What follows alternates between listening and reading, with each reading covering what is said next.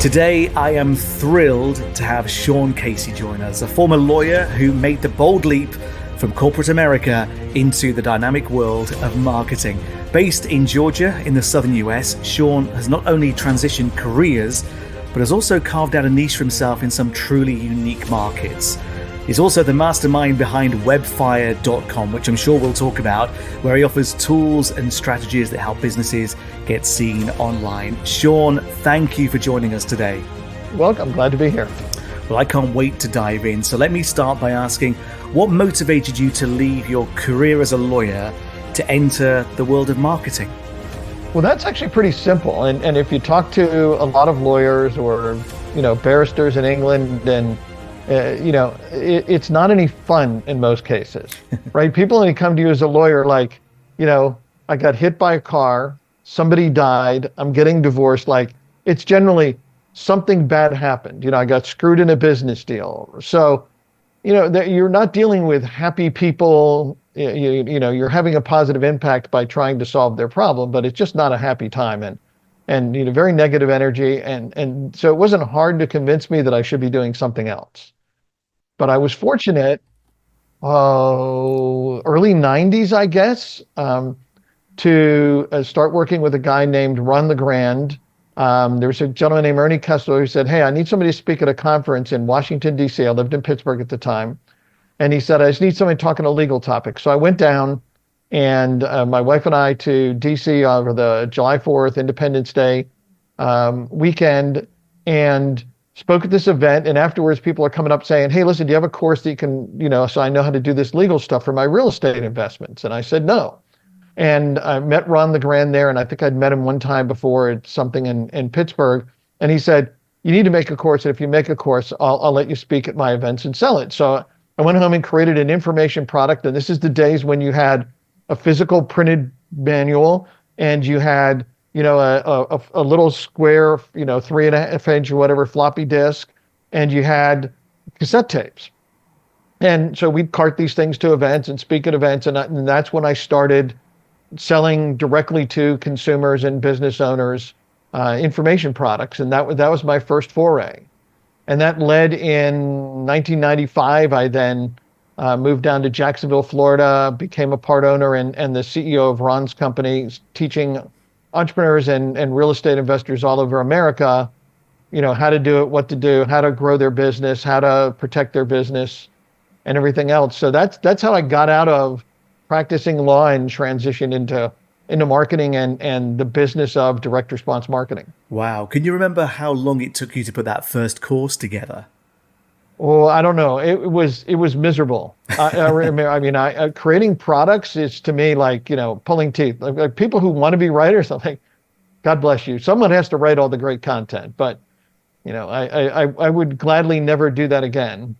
And have since created many courses, and all of them I think are a lot of work, but having to physically type and write, talking isn't bad. And now, of course, you can talk, record, get it transcribed instantly, and have a huge amount of content to start with. I'm much better at talking than I am at sitting there thinking about the next sentence. That's brutal.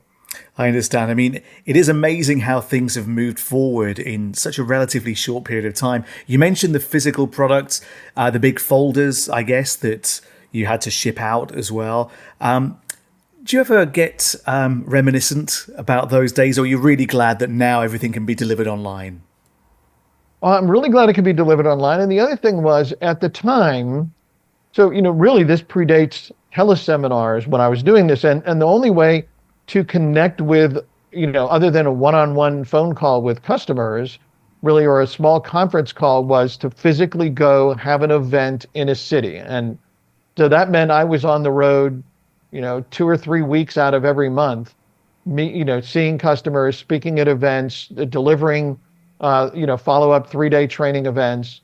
And that's just, for those people who have actually done that, it's not as much fun as it sounds, because you're not on vacation. You're just literally, in an airport, in a hotel, in an airport, home, and back out again.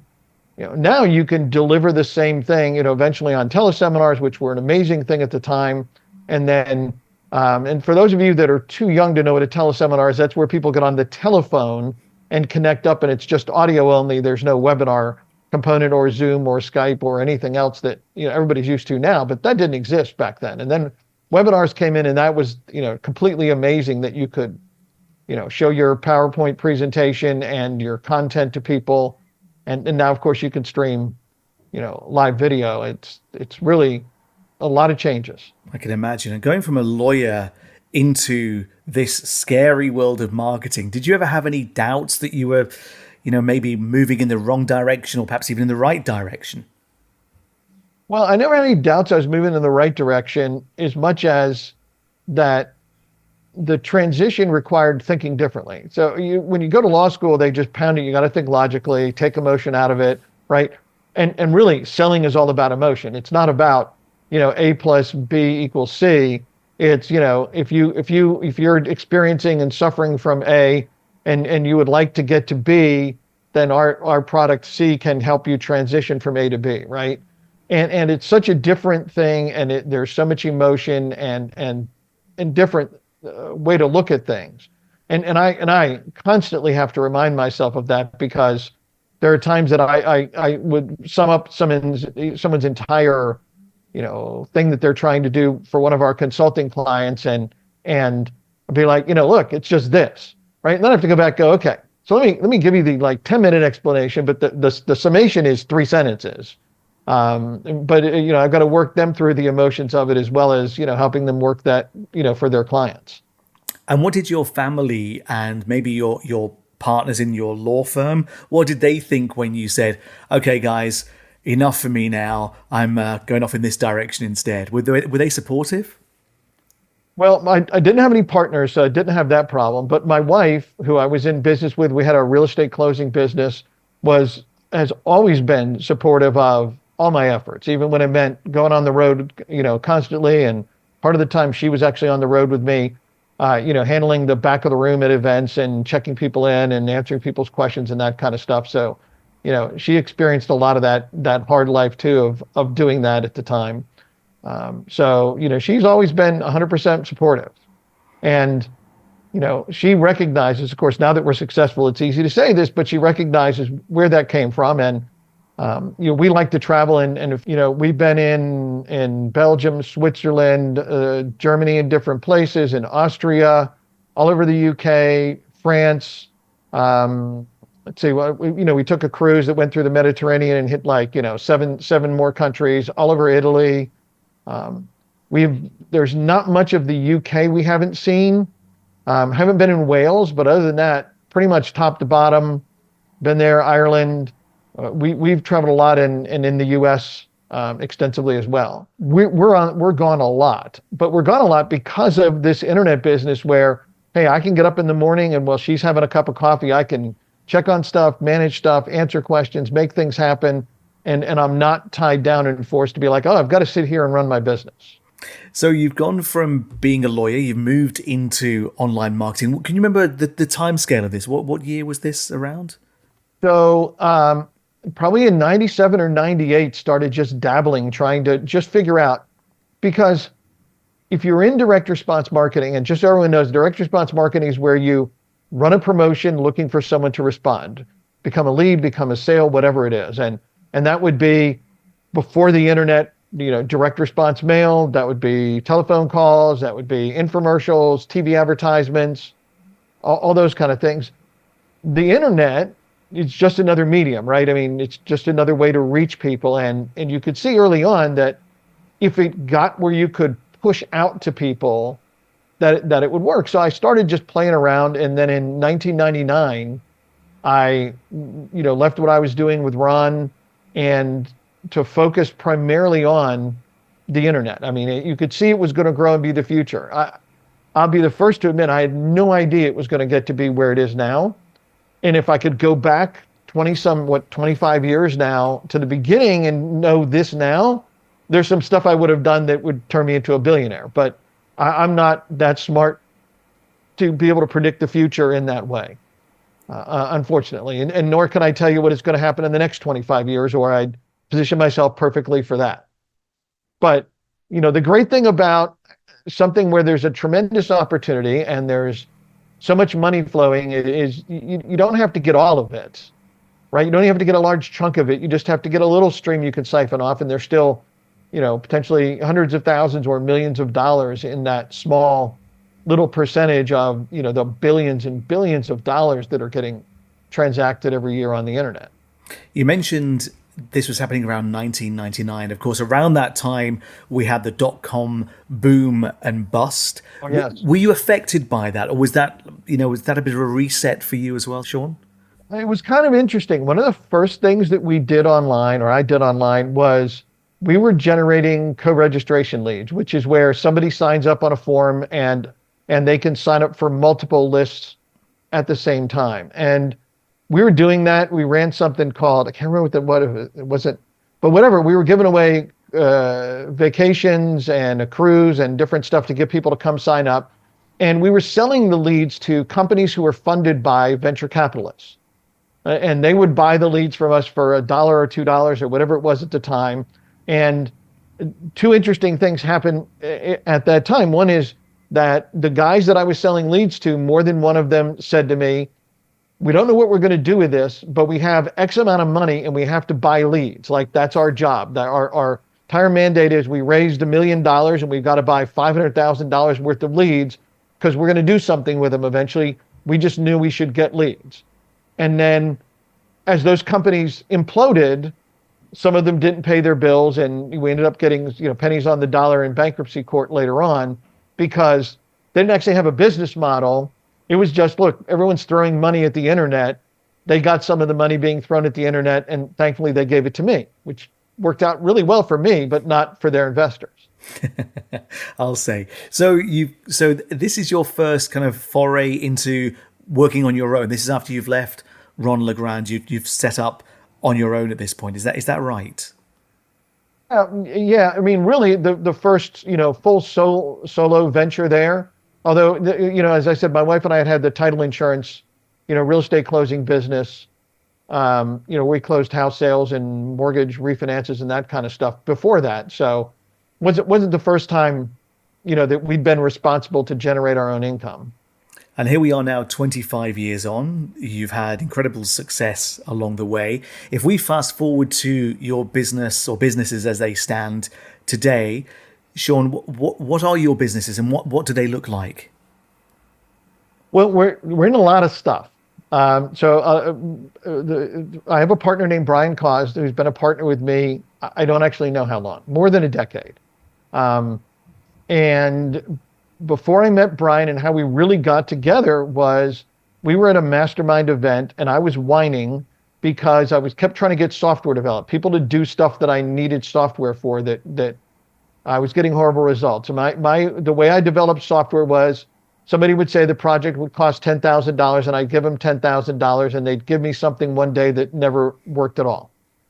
And Brian said, I don't understand why you find this so hard. And we got to talking and he started showing me stuff that his programming team had done. And at the time it was, very cutting edge. And that led, in fact, to us creating a product to talk about in a minute. But it's why we got together, because I could never get programmers to accomplish anything, even though I knew what I wanted for the end result. He was great at had a great programming team that we still have. Our two core programmers have been with him maybe 15 years now and are brilliant. And as a result of that, the first major project we created, you mentioned before, was Webfire.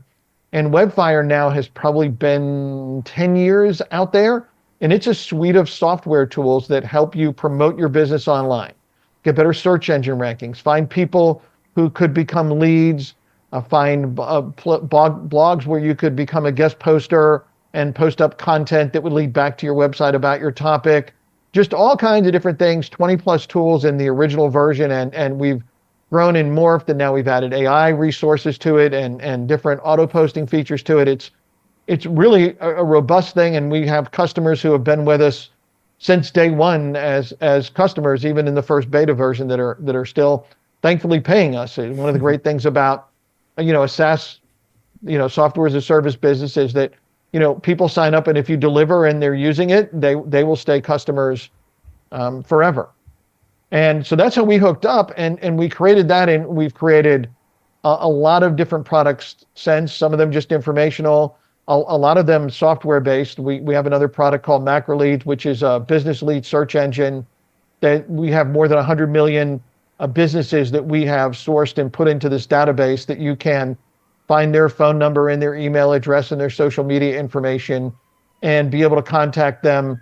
Unlike in the UK, in America, you can cold email a business just out of the blue and, hey, listen, I see you do this. We've helped somebody do something similar and be successful at it. Would you like me to set up a meeting or that kind of thing even?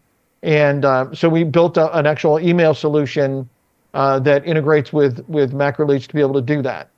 We have another product called Increased Billing at increasedbilling.com, which is an advanced product for e-com companies where we optimize the transaction flow that comes through their websites. And we also, even more importantly, for anyone who does recurring billing, we optimize recapturing the declines with the recurring. So we're gonna get down in the weeds for a minute here, because people who want to grow their business are going to run into two issues that they're not aware of, because you only find them out after you get to a certain size. Nobody says, hey, when your business gets big, here's where all your money is going to leak out. So, the first thing is that you go to start selling and you get a merchant account so you can collect money, process credit cards. Excuse me. So maybe that's Stripe. The problem when you use Stripe is that Stripe automatically approves you. They let you run. And then in many cases, one day they say, okay, you're shut off. Doesn't matter why. You don't have to have done anything wrong. They just decided something you did doesn't make them happy. And when they do that, you're out of business. So that really sucks. And if you have a membership, product of the month, an information membership, a coaching club, you're really screwed, because you can't rebill anybody. Stripe has all the data. Mm-hmm. So this clearly is a bad plan.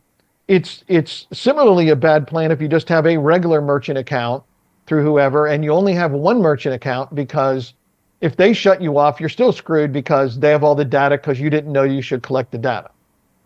So the first thing you want to do once you get to any size is you want more than one way to process credit cards, more than one merchant account. And if you ask your merchant account broker, they'll tell you, you don't need to do that. Don't worry about it. Everything's fine. But that's what they all say until it's not. And the day you get shut down, and you can look on the internet, there are millions of horror stories of businesses who have no idea what they did wrong, but all of a sudden they can't sell anything. So once you get multiple merchant accounts, you're going to discover, if you did the research, which nobody generally does, that over time, some or all of your merchant accounts erode in their processing approvals. So day one, maybe 100 people show up at your website, try to order, and 90% of them it goes through. Year two, it might be 85%. Year three, it might be 80%. Because naturally, you've created a negative response somewhere in the system of some group of banks who just decided they shouldn't let you get customers through them anymore. It doesn't matter why, it happens. And so you started at 90 and now you're at 8. Well, you're losing 10% of your entire business that you're spending money on, doing everything else for, okay? And you have no idea, because to you, it's just, this is what I get. Well, so what Increased Billing does for our clients is we manage and optimize across multiple accounts, because not only can we find, which ones process better and tell you which ones suck. I mean, we've had guys come in where they're only getting like 40% approvals, and they were making great money because they had a great product, great ad campaign, but they didn't realize that they were missing out. That literally they doubled their business overnight once we got them in better merchant processing, right? So we optimize the transaction flow between someone placing an order and hitting a credit card company to, which MID is going to work better, which one is going to be better for recurring billing. And we're able to optimize all of that and create an increase in someone's approval rate. That's going to, be a lift anywhere from 3 to 7%. Now, if you're doing $10,000 a year, it doesn't matter. For our clients that do $100 million a year, it's a lot of money. Mm-hmm. And most of that is going to their bottom line, because they're still running the same ads, the same social media, the same SEO campaigns, right? All we've done is just make what they do profitable by another $1 million or $2 or $3 million, right? Okay, so in a similar fashion, when you have a membership program, by definition, every month, not everyone is going to pay you. Credit cards are going to not get processed. And the decline rate, and we've had this conversation with so many people like, no, we don't have declines. Yes, you have declines. Okay. You're only looking at the approval column if you think you have no declines, because you have declines. Doesn't matter what your product is, doesn't matter what you're selling, somebody's declining it. But especially if you have something that's not essential, like your internet connection or your utility or even Netflix, you have a decline rate that might be 20 or 30%. Well, if you're processing $100,000 a month and you're losing 20 or 30,000 every month, it's just not that much fun, right? So we built a whole incredible AI system that optimizes those declines and recaptures them.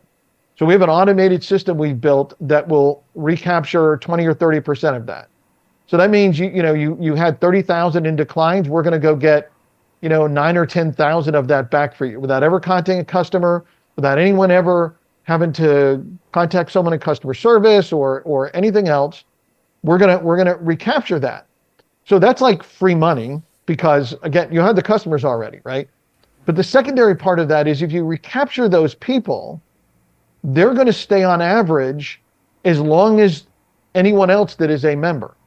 So you don't only get them this month, you get them next month and month after that. So you might get them 3 or 4 more months. So, you recapture 10 grand, it's like getting $40,000 back. Absolutely. Because you can't rebill a guy that you never billed this month, right? But now you get them.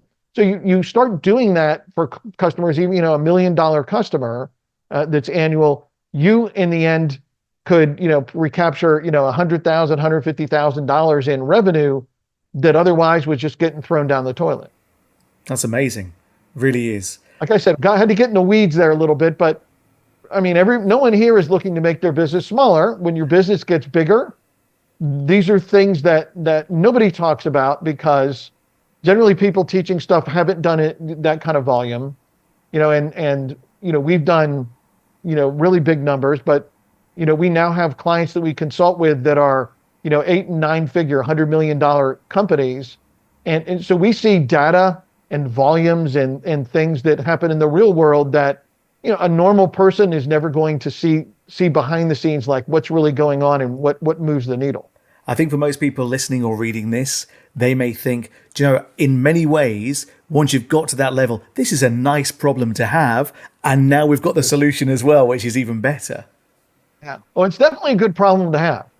But it's, so many people, and this is the way, look, when I started out, I was happy to get a merchant account, especially 25 years ago, and be able to process credit cards. And what happens is that, as you're learning, someone says, hey, get these from, Mary, she gets you a merchant account. Great, you get a merchant account. And that's all great when you start. You don't need to worry about this if you have never sold anything yet.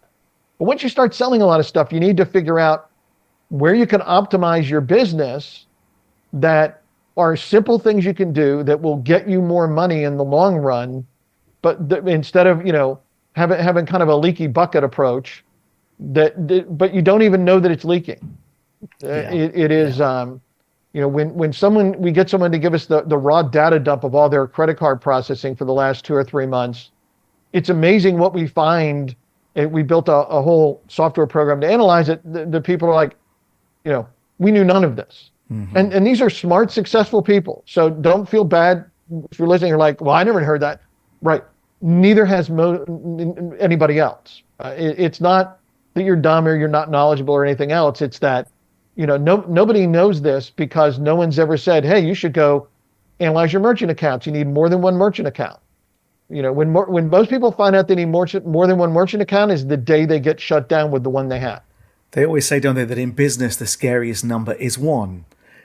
So it makes absolute sense to have more than one merchant account, especially if you're looking to scale your business, as you say, because otherwise you're playing in the backyard of, as you say, Stripe or PayPal, both of whom have got a reputation of being quite aggressive when it comes to shutdowns of accounts, or at least freezing accounts for a period of time, and then you've got to resubmit lots of documents, which of course can really affect your business and the cash flow of your business. Shawn, I think one of the things I like about you most is the fact that you are operating in multiple niches as well, niches, Yes. in many ways. Can we touch on that for a second? Because I know that, as you've grown your business over the last 25 years, this isn't just about making money online, is it? This is about different styles of businesses in different places. Can we just touch on that a minute and maybe explore that? Sure. So, when I started out online, really, it was, I didn't know what existed or what happened or was going to happen. And we started off with really just kind of being a service provider, generating leads, building an email list, really being internally focused. That led to, after talking to some people who wanted to know what I was doing, I created a book called Mining Gold on the Internet, which I think was 22 ways, but some number of ways that you could generate traffic and build a list and make sales for free or low cost. And so that led to me starting to sell that book, and I think we eventually sold more than 100,000 copies of that book. And that got me, a big customer base and started connecting me with other people who were training people on how to do stuff online. And that then led me into creating more products that were really information products about, just how to do stuff on the internet. And boy, I wish I could remember years. So you've probably heard of Frank Kern. And so Frank was my biggest affiliate at one point, and this is going back more than 20 years, because I've been in this house 21 years, so more than that. So this is still the early days. And Frank said, hey, I'm going to create this membership thing. And I said, well, I'm working on a membership thing. So we decided to create this membership together. And it's the first membership that we know of that was an internet marketing focused membership. In fact, we had to pay guys to build software so we could actually do this.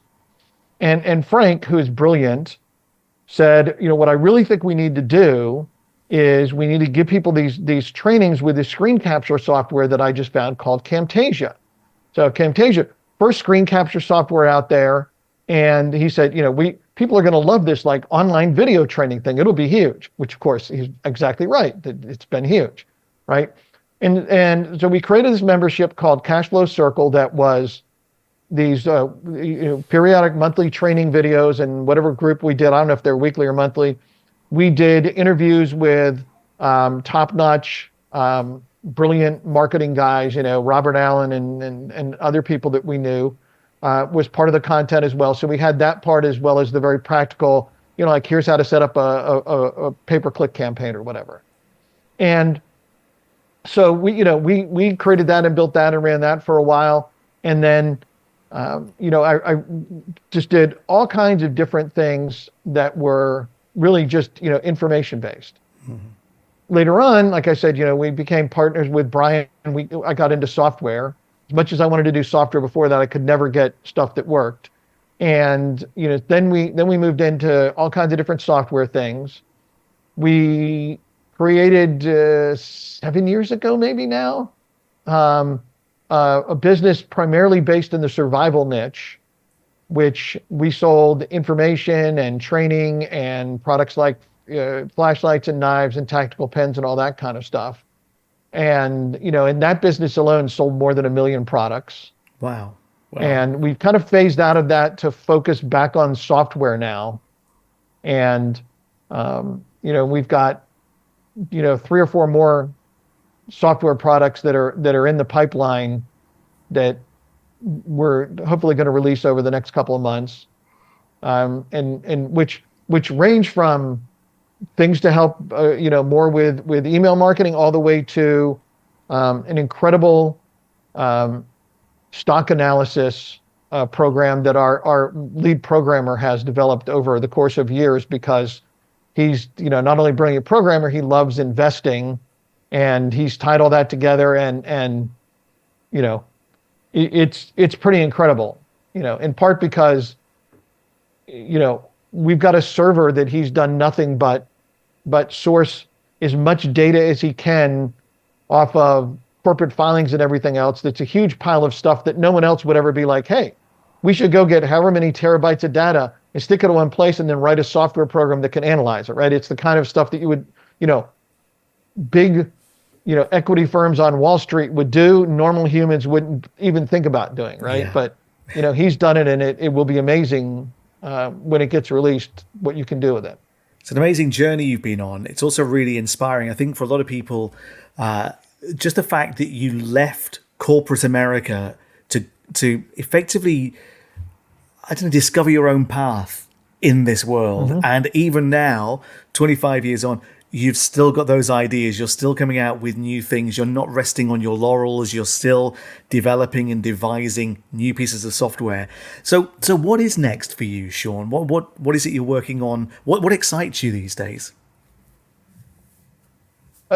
Showing up at my office. Really, I'm going to turn 65 shortly. We were talking about that before. And I have no intention of being an old retired guy because I'd be completely bored. I have friends who, I live in a country club community, right? Beautiful golf course. I'm not that good a golfer. I have friends who have retired and they play golf 5 days a week. I wouldn't last 2 weeks if I played golf 5 days a week. I'd be so miserable and frustrated and I would hate myself. I'm much better off playing once every couple of weeks, hitting a couple of good shots that I can remember fondly, and then not torturing myself again for another couple of weeks. So, this is fun. The challenge, the adventure, something new that you get to try. Certainly not everything that we come up with works. Some of the things, we built some things, both Brian and I and with other partners, that are colossal failures.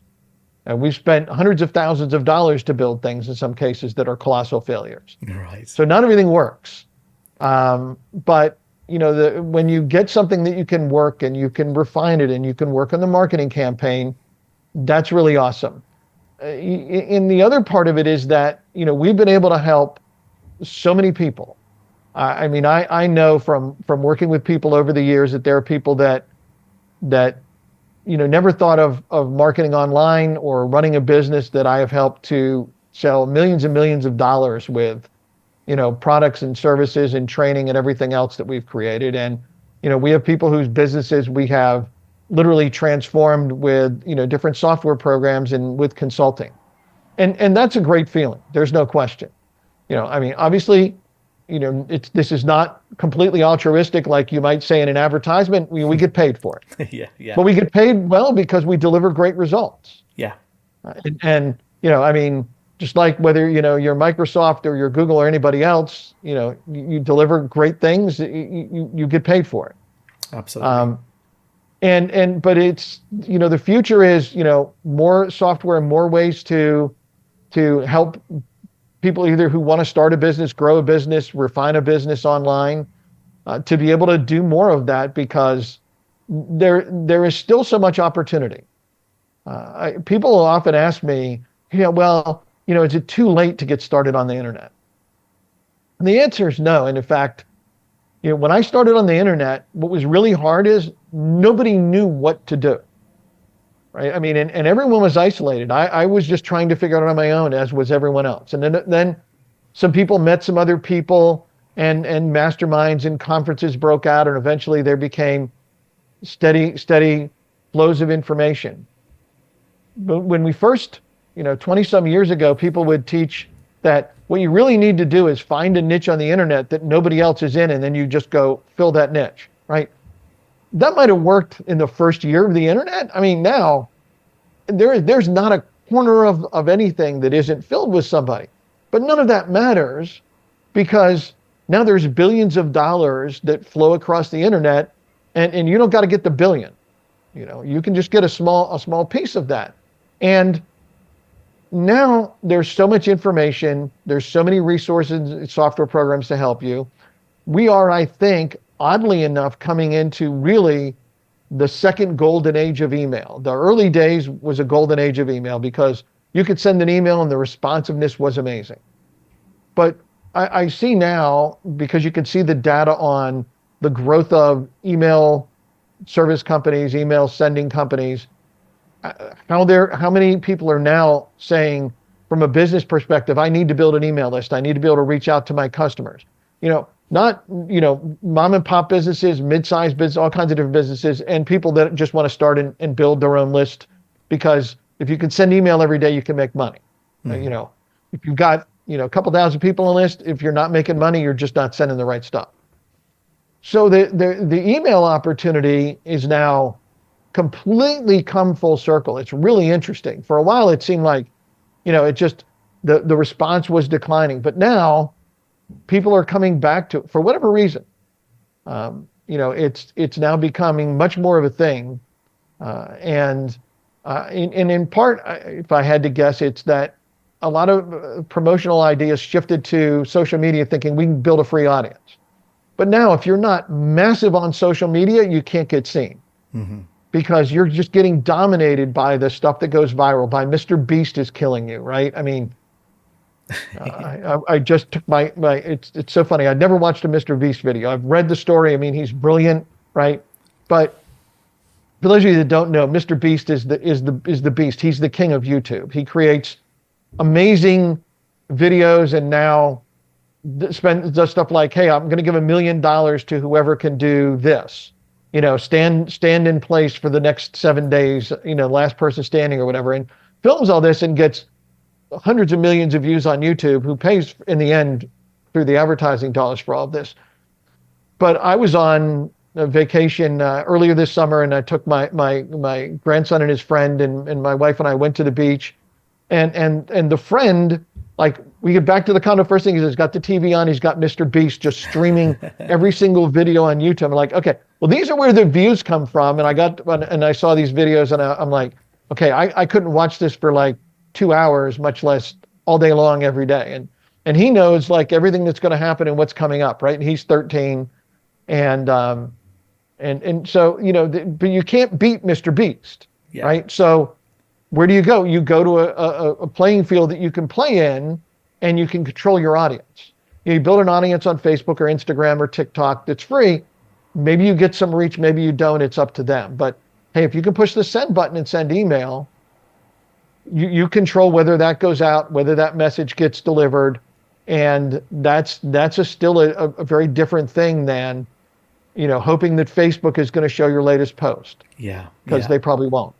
I was going to say, I mean, it's almost, email is so much easier to create as well. You're writing an email as opposed to Mr. Beast, who's got to make these lovely, elaborate videos. Yes. Oh, yes. I mean, Mr. Beast bought an enormous warehouse and turned it into, a series of film studios and sets that he can use. Yeah. But for those of you that are just trying to figure stuff out, he he was like the YouTube guy, the video creation guy in high school. I don't know if you know his story, but it's the start of it's kind of funny. And, his mom said, you have to go to college or I'm going to throw you out of the house. And he decided to drop out of college to make videos, and his mom threw him out of the house. Right. Yeah. Now his mom works for him. Okay. And I'm not telling you ought to drop out of college and make videos and have your mom throw you out of the house, but, it's not always easy getting started. But look what some people can accomplish. Shawn, here's a quick question for you. In terms of AI, is it a big scary monster, or is it the best thing ever, or is it somewhere in between? No, I think it's somewhere in between. The interesting thing about AI, I don't think it's scary, because there's a lot of people, working on it to keep it from taking over the world, and for anyone else to be able to create something that could take over the world, right? I mean, it's not like we're the only people that thought about this. We've seen the movies, right, for a long time. Yeah. But AI can be a great tool to help you do stuff. And a lot of the existing tools right now, they get sold like they're magic, because everyone thinks AI is magic. All I have to do is think, it's like Jarvis, right? Iron Man's Jarvis, right? Jarvis, explode this, do this, turn this, get rid of this. Okay. Go make me that computer that we just designed in the air with my hands, and I'll pick that up on the way out to get a burger at In-N-Out. Not quite there yet. Going to get there, but not quite there yet. And for most people, if they learn to use AI to help them be more productive, that's great. Does it replace their ability to think? No. If I was coming out of college or university or going in and trying to figure out a career, I would certainly make sure that it's not something AI is going to run over, right? I mean, there are jobs that it's going to or has replaced, and there are more that's going to happen to. I mean, it's really powerful for things like customer service, where, you can, not if you're a little mom and pop, but if you're a multi-billion-dollar company, you have all this FAQs and database and everything else. You can feed it to the AI, and you can give it access to all your customer data, and it can do a lot of stuff. Mm-hmm. It can answer questions, and where's my shipping, and I want a refund. Great, let me process that for you. And how do I do this? Great, here's the right. I mean, it's brilliant at that, because it's all just logical, and it goes in that big AI brain, and it's great. It is astounding, again, what we've seen, it's, I think they talk about this a lot, but I still find it astounding that we put a man on the moon, or men on the moon, with less processing power than you have in your mobile phone. It's true, yeah. Yeah. And your mobile phone now, I mean, that was 10 years ago, probably that was true. It's the rate of progress has been phenomenal. And if you're young, you don't realize it as much. I think as we do when you get older, because you can look back and go, wow, computer used to fill a room just to have a basic computer. That's right. I mean, even going back just 40 years, where most homes would maybe have a Commodore 64 or an Atari 800, which of course were primitive now by in the big scheme of things, but then were groundbreaking. And the fact they could put colors on the screen and make sound and noises. Shawn, it's a fascinating conversation. Thank you so much for being so generous with your time today. For anybody who's listening or reading this who wants to find out more about you and the services that you provide, where should they go? Two places, webfire.com for our suite of tools that will help you promote your business online and get great results. And if you've got an e-com business and you're processing more than $1 million a year, you should look at increasebilling.com, because that's where we can help you, get more money from the transactions you're already processing. So I'd love to hear from anybody. You can contact us through those sites and reach out. And we wish everyone great success starting, building, growing, selling their business.